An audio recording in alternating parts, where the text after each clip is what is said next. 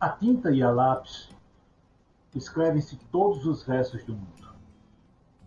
Que monstros existem nadando no poço negro e fecundo? Que outros deslizam largando o carvão de seus ossos? Como o ser vivo, que é um verso, um organismo, com sangue e sopro, pode brotar de germes mortos? O papel nem sempre é branco, como a primeira manhã. É muitas vezes o pardo e pobre papel de embrulho. É de outras vezes de carta aérea, leve de nuvem. Mas é no papel, no branco asséptico, que o verso rebenta. Como um ser vivo pode brotar de um chão mineral. Esse poema, intitulado O Poema, é de João Cabral de Melo Neto e foi publicado em um livro de 1945 chamado O Engenheiro. Tanto o título do livro quanto o poema se inscreve naquilo que se denomina de metapoesia.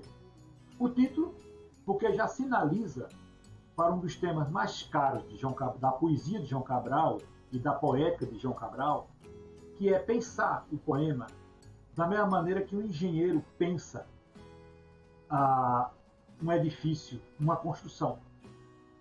Então, o próprio título do livro já sinaliza para essa concretude, para essa ideia de cálculo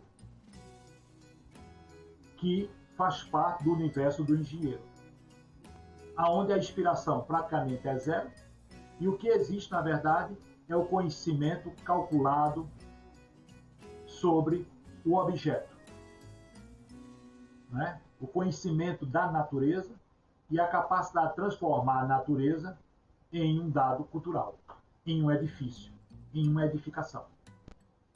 E o poema, né,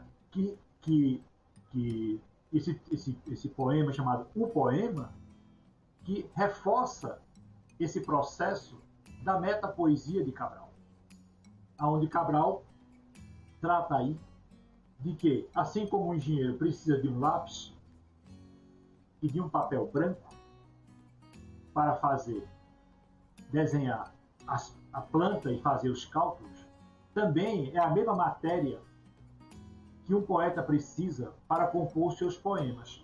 Ora, ao caminhar por essa trilha, Cabral deixa muito claro, já nesse poema, que se tem algo que não participa do seu fazer poético, é a inspiração, é a epifania.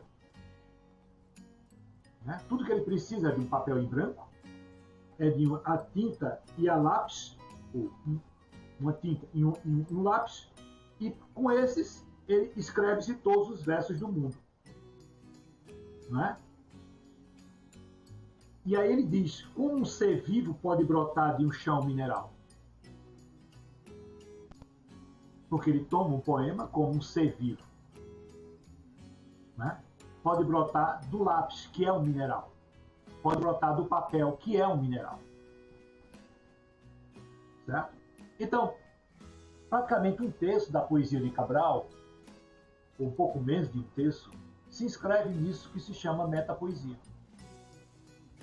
Cabral retoma essa tradição que começa desde os românticos, que é essa tradição de se refletir, de se pensar, o poeta refletir e pensar sobre a sua própria poética. Esse refletir, esse pensar, que pode se dar tanto no próprio poema, como também na crítica. Ou seja, poetas que também exercem a atividade crítica, como o caso, por exemplo, do Ezra Pound, do T.S. Eliot, dos irmãos Campos, no Brasil, que não só foram poetas, mas também críticos de poesia, não raras vezes teóricos da poesia, teóricos da linguagem poética. Né? E João Cabral também vai escrever textos onde ele faz essa reflexão sobre a poética, sobre a linguagem poética. São poucos ensaios, não são tantos, mas são ensaios que, como poesia e composição, né? Uma crítica literária que ele escreve nos anos 40, fazendo um balanço sobre a geração de 45, né? Da função moderna da poesia, certo? Esses ensaios, todos esses ensaios, Cabral faz uma reflexão sobre a poesia, sobre a linguagem poética, e que, ao fim e ao cabo, ele está fazendo uma reflexão sobre os caminhos que ele escolheu para construir a sua poética desde sempre, certo? Então, esse é um ponto importante na poesia de Cabral. Cabral escreve vários poemas sobre pessoas que ele conheceu, sobre determinadas ambiências, etc. Mas um ponto significativo que percorre toda a poesia de Cabral é a metapoesia. Então, um leitor atento de Cabral, ele não só percebe, obviamente, os traços estilísticos que caracterizam a poesia de Cabral, uma poesia substantiva, uma poesia calculada, uma poesia antilírica, né? Mas ele vai perceber que alguns desses poemas vêm exatamente para reiterar, para fornecer ao leitor como o poeta chegou aonde chegou. Quais foram os caminhos escolhidos por ele para compor a sua poesia. E, por sua vez, criar sua própria poética, se diferenciando dos demais poetas, seja da sua geração, seja dos poetas que o antecederam.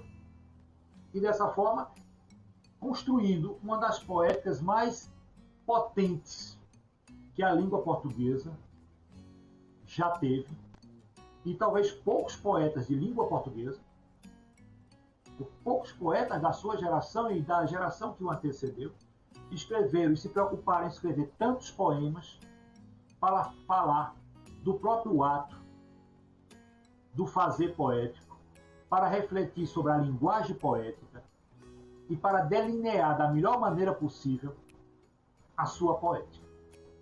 Esse é um traço quase não só peculiar, mas é um traço que sobressai na poesia de Cabral e se sobressai dentre os demais contemporâneos de João Cabral de Melo Neto.